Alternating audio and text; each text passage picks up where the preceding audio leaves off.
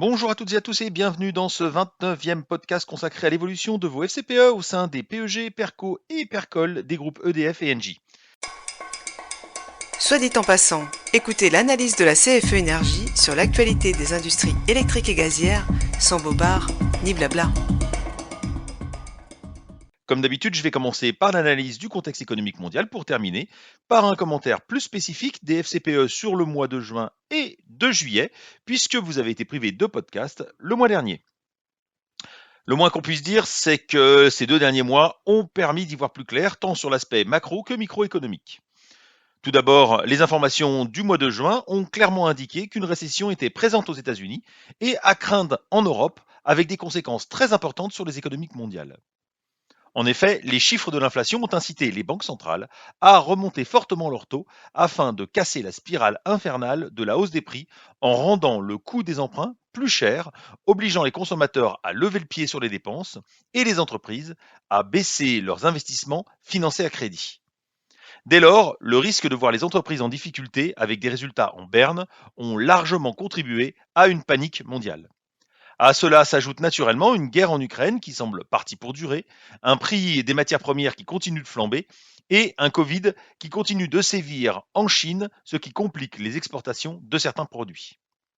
Il restait donc maintenant à savoir si le coup de mou de l'économie mondiale engendré par la hausse des taux allait se transmettre aux entreprises.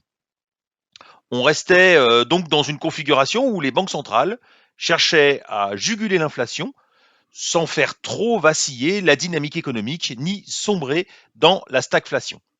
Heureusement, le mois de juillet a été bien meilleur que prévu et la microéconomie a pris le pas sur les craintes macroéconomiques.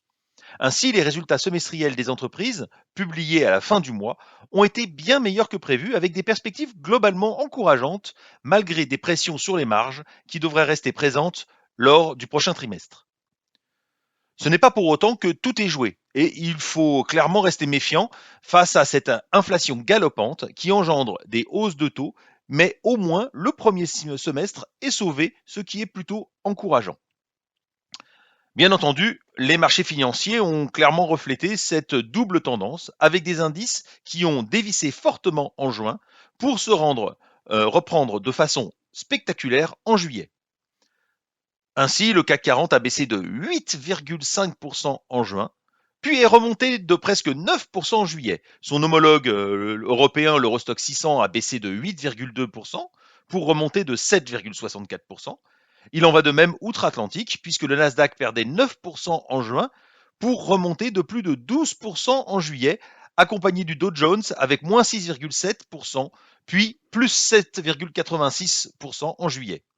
Enfin, l'indice mondial, le MSCI High World, n'est pas en reste, avec une baisse de 8,8% sur le seul mois de juin, suivi d'une hausse de 7,9% dans cette double tendance. Ce qui est étonnant, c'est que ces fortes volatilités mensuelles aboutissent finalement à une faible variation des indices sur les 2 derniers mois, d'à peine 2%, à la hausse pour le Nasdaq et à la baisse pour les autres indices. Seul l'euro a baissé de façon continue face au dollar, perdant 2,4% tant en juin qu'en juillet, soit 4,7% de baisse sur 2 mois. Ceci est plutôt bon pour les FCPE qui sont placés sur les marchés américains et neutres pour les autres. Venons-en maintenant à nos FCPE qui sont presque tous en hausse sur le mois de juillet, reflétant nettement le rebond des indices. Bien entendu, la palme revient à l'action EDF qui progresse de presque 52% suite à l'annonce de l'État d'une OPA à 12% en septembre. Les élus CFE-CGC au conseil de surveillance de ce FCPE sont en total désaccord avec le prix proposé et se réservent le droit de porter plainte lorsque l'OPA se matérialisera. Je rappelle d'ailleurs que le FCPE Action EDF, dont la CFE-CGC est la principale composante et dont la présidente appartient à notre syndicat, est actuellement en contentieux devant le Conseil d'État et la Commission européenne pour contester la hausse scandaleuse de l'Arenh de 20 TWh.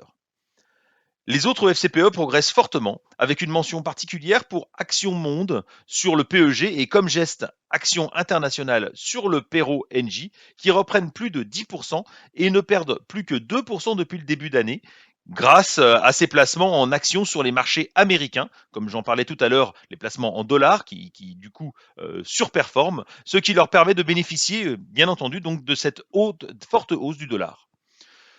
Tous les autres FCPE sont à l'avenant avec des progressions qui s'échelonnent entre 2% pour les fonds obligataires et entre 2 et 8% selon la part d'actions détenues dans l'FCPE. Ceux qui en détiennent le plus, bien sûr, progressent plus fortement.